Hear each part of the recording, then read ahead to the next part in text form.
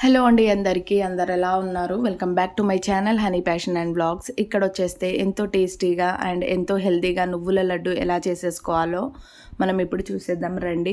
First అయితే నేను ఒక కడాయిని అయితే పెట్టేసుకున్నాను. ఈ కడాయిలోకి ఒక కప్పు నువ్వులను అయితే వేసేసుకొని లో ఫ్లేమ్లో అయితే రోస్ట్ అయితే చేసేసుకుంటున్నానండి. బ్రౌనిష్ కలర్ వచ్చేలాగా రోస్ట్ అయితే చేసేసుకోవాలి.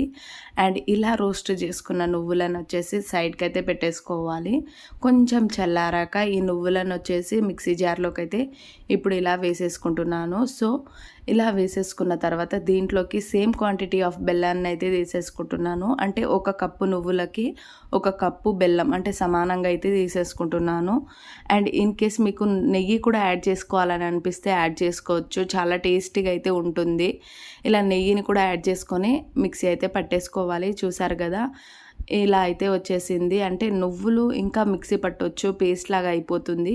కానీ నేను అలా అయితే చెయ్యనండి. కొంచెం నువ్వులు తగులుతుంటే ఆ టేస్ట్ అనేది ఇంకా బాగుంటుంది. సో ఇలా అయితే చుట్టేసుకోవాలి. చాలా బాగుంటుంది. ఈజీగా ఇలా చేసేసుకోండి. చాలా అంటే చాలా టేస్టీగా ఉంటుంది.